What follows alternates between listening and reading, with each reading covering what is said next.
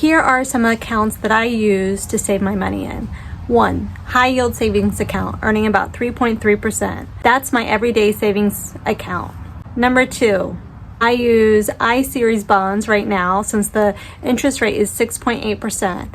I have an account for myself, an account for my husband. Number 3, 401k. That's with my employer, and I invest that in a total stock market index fund. I use an HSA, and that's through my employer. I use that as a savings account, even though its purpose is for paying for medical bills, but once you hit 65, you're able to withdraw from that penalty free. So that's really an account that I use for retirement, and I invest that in total stock market index fund. I also have a brokerage account, and that's an after-tax account that I use, that I save money in. I invest that in total stock market index fund. I also use CDs that are at my bank, so they're earning about 3.3%, same as my high yield savings account.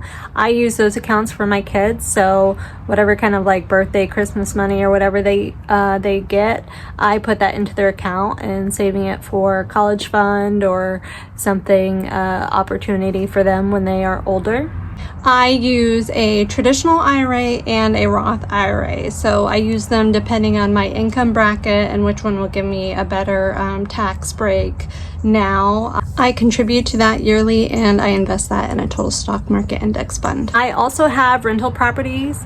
That's not really like a savings account, but if you talk to realtors, they kind of say that it's kind of like a little piggy bank. My tenants, they pay the mortgage, so I don't really have to put any money into that, and it's building equity, and I could access that equity as a HELOC or sell that property, and then I will have access to that equity.